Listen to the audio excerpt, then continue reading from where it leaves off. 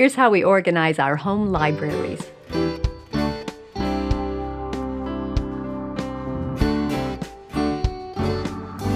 Welcome to the Simply Charlotte Mason podcast. I'm Sonia Schaefer. With the Charlotte Mason method, let's be honest, we collect a lot of books. And they're great books that we want to keep around forever and ever. But the thing is, how do we organize them all? We've received questions about that. And so here to discuss that with me is my friend and coworker, Laura Pitney. Laura, someone specifically asked the two of us to explain how we organize our home libraries. Now, in a future episode, I want to get Karen in on this too, because I think she has more books than you and I put together. So we'll talk about that another time. But for today, let's share how we organize our home libraries. All right, who wants to go first? I don't know. We might just jump in, but go ahead. Sure. So we have an office that my husband uses. He works from home. And so we have a set of built-in bookshelves. We have a section that is just dedicated to my husband's books. He's also a preacher, and so he has lots of commentaries and study books. And so those are in a specific area, and usually the kids don't even head over that way. You know, it's just kind of off limits. That's Dad's. Yeah, kind of thing. I have a section that is books that they can pull off the shelf anytime. It's accessible right in the middle, 3 feet high, just right there where it would be easy for my variety of ages and heights of children to get to. And some of those are seasonal books. Some of them are just fun reads that, we've enjoyed over the years. They'll pull them out almost like for nostalgia's sake of books that they remember reading when they were kids, kind of thing. I have a section for all of our science books, for geography. I organize it by topic. Mm-hmm. Now, when you say for geography and for science, are these books that you've already read with them or that you're going to be reading with them? I just have it all together. Okay. They don't usually care about those until I tell them they have to read it, for school for the most part. So I organize it more for my sake, being able to find what I'm looking for. Okay. All of my living books that are paired with our history time periods, Mm-hmm. I have color coordinated like washi tape on the spines. Look at you. Well, I don't know how helpful this is, but like all my ancients has like a little plaid washi tape on the spines of all of them. And, so they each have their own designated tape. So if the kids were to pull those out, they would know where to put them back. But also, I lend my books out a lot. I share them. You are brave. I know. I don't even know where half my stuff is at the moment, but that's okay. I know. Just give me a minute to recover from that. Oh, I know. Okay. So when people return my books, I know it's an easy cleanup because I can just look at the color tape that's on the spine and then I know where it goes. Because usually it's the history stuff that I lend out. So I do have certain places on my shelves for the washi tape coating, if you will. And then at the very top of our shelves, I have a lot of just our literature, family read aloud type books.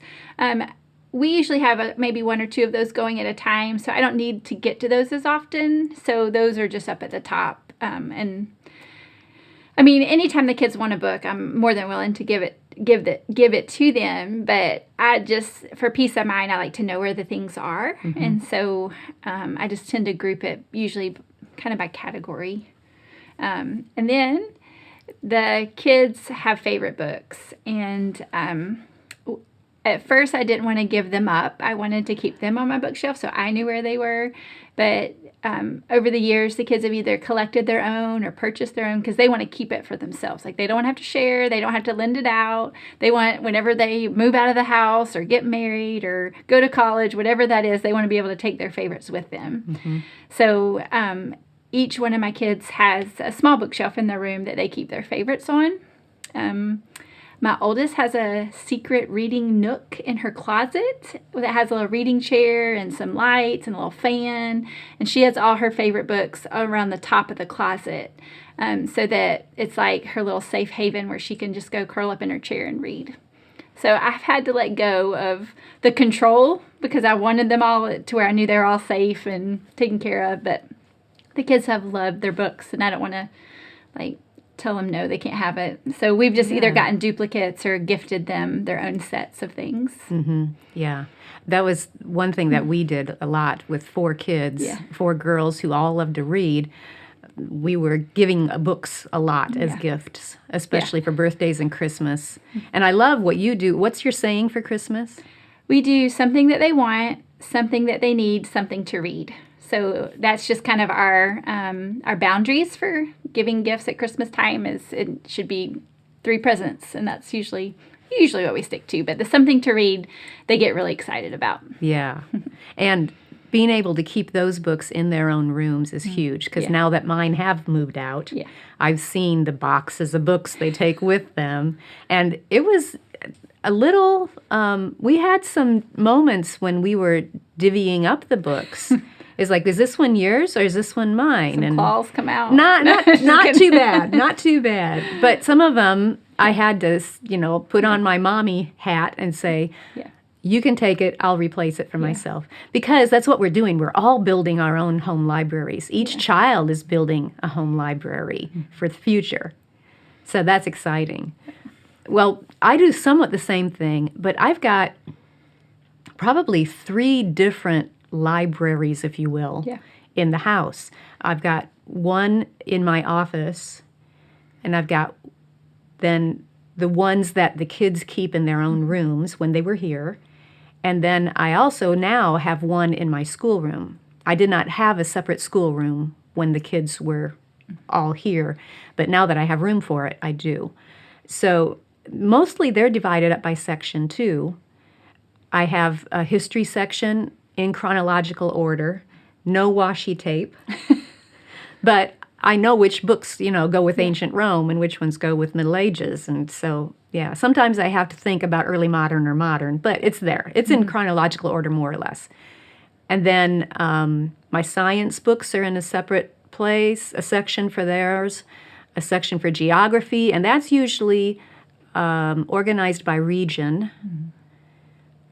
I have a separate one for Bible, and this one I have, if it's specifically about a Bible book, I have a couple of shelves that way that are arranged in Bible book order. And then below that, it's topical. So I have a whole bookcase of Bible books. And then, what else do I have? I've got a shelf for reference books, like dictionaries, thesaurus, the wonderful little book, Write Right, that helps you with grammar and punctuation and stuff. I have a separate shelf of Charlotte Mason research books, 1 or 2 shelves of those. And then in my office, I have my special books, the mostly literature, but some of them are just mommy growing type books, and those have special place in my office. Then in the schoolroom, I've got the same sections, but I also have one separate shelf that I won't say highlights, features, but it stores and protects all of my landmark collection. And below that, the All About Science collection. So the old vintage books that may require a little extra care rather than all of the newer ones. Those are on a separate shelf, a separate bookcase full of those. And then I also have a little tiny bookshelf that has antique books that are even older than those. And those are hands off. Those are, wear gloves when you're handling these puppies. So, it's mainly what works for you and your family. When we were doing school with all 4 kids at home, I also had bins that I would keep the history, geography, and Bible books for each of the 6 time periods in those 6 bins. So all the family combined subject resources would go in those bins. But then the individual studies would go on a shelf, and I would arrange them by subject, not by grade level. That way I wouldn't get stuck mentally in, oh, well, she's in 5th grade, she has to be using this book. Rather, it would be, here are the books I want to use for whatever the subject is, science, let's say, for that particular age group. Where is she in that process? And let's teach the child, you know? So that was done. And one other thing that I did, well, okay, two. One other thing that I have currently in our schoolroom is 2 book shelves full of preschool books, because I got grandkids now, and my youngest still loves her preschool books. That's mainly what's in her room still. But I have those for when the grandkids come. That's Grandma's library. Love that. But then one thing I did when the kids were growing up is I had a dedicated shelf for library books. That's a great idea. It just helped us all keep them in this one place, and so they didn't get scattered all over the house, and then when it's time to return them, you're on the hunt mission, you know. You can take them off and read them, but they needed to be put back on the shelf when you were done with them. And that just seemed to make it a little more efficient. Yeah. When Library Day came. Yeah, you know I'm all about the baskets and bins, so I have a friend who keeps a basket on her fireplace hearth that is the library books. Oh, nice. So that way, it's the same idea. Yeah, that's the pretty way of doing it.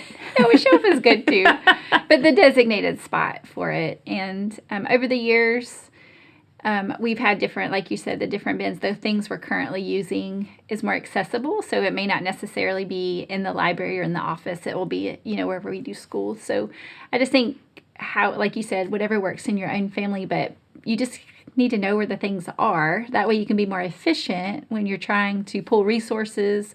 Or, you know, we were doing a science lesson the other day, and I was like, oh, yeah, I have this field guide that would be perfect for this. And I knew where it was because it was on my shelf. So, you know, being able to find the things when you need them, I think, is the goal of however it functions. Because my organization is going to look different than your organization. But the goal being, you know, accessibility and being able to find it and use it. Because yes. I will clarify, we had the 6 bins for the 6 time periods, and then whatever we were studying that year, I would empty the bin and put it on one particular shelf. Yeah, like you said, so we have it handy, so I wasn't looking and digging in through a bin every time. Then at the end of that year, replace that bin, pull out the next one, put it up. Yeah, so, it's a great system. I also had this custom stamp made that said this belongs to the Pitney family, and I would make sure I would stamp the inside of all the books that I was lending out in hopes that the people would remember just that it was reminder. And then I started thinking, you know what, I should just, when I lend them out, take a picture of that person with the books so that I can remember who I gave the books to. Anyway, but the stamp is a really like gentle, like you said, gentle reminder that it belongs to me. But it just, I also liked it because it was kind of vintage. And so it just, you know, was fun to add that stamp to our collection of books. It might have been wise, looking back. It might have been wise to make one of those for each kid. Which I have that too. Do you? Like this belongs to Emma Pitney, or you know. So when it comes time to divvy them up when they're moving out, there won't be those. That's mine. No, that's mine. Yeah. Okay. So that just helped organize things too. It's just, you know, putting in it who it belongs to, especially when you have big families. Yes. And we don't use software to keep track of ours. No. I think Karen does. Yeah. And there are some wonderful software apps that can help you organize your library and keep track of who checked things out of your library. That might be a worthy investment. But I like the picture idea too. If I could just remember to do the picture. Put them all in a folder, you know, and keep track of them that way. Yeah. I just usually send out a generic text to the world that just says, hey, if you have any of my books, will you tell me? Because I don't remember. Yes. Or when it comes time to use one, then I text my friend. It's like, did I loan you this one? And it happens a lot. So no matter how efficient we try to be and organized we try to be, there's always going to be glitches. Yes. Adjustments. Yes. But it's good to keep trying and keep updating it. And the riches that have come to our family through those books is just priceless. I don't want to think about how much money has been invested in the books. Yeah. Little by little over the years, I'm sure it adds up, but what we get back out of them is worth so much more. So it's great to hear how we take care of them and teach our children how to take care of them. I'll just throw this in for you. My oldest daughter just rearranged her bookshelves in her house, and she rearranged them by color. Oh, that is such a thing. Yes, ma'am. I'm sorry, but I just inside went, how do you know where anything is? Because I don't remember the colors of the covers. Yeah. My husband does. He's like, it has an orange cover. And I'm like, just tell me the words on it. Yeah. So making it work for you. I mean, some people maybe by color is going to be a great idea. Thanks. If you enjoyed this podcast, be sure to subscribe through iTunes, Google Play, YouTube, Facebook, Instagram, or your favorite podcast app. Leave us a note in the comments and tell us how you organize your home library. Do you do it by color? Do you do it by title, by section? Let us know. We'd love to hear. Thanks for joining me. I'll see you next time.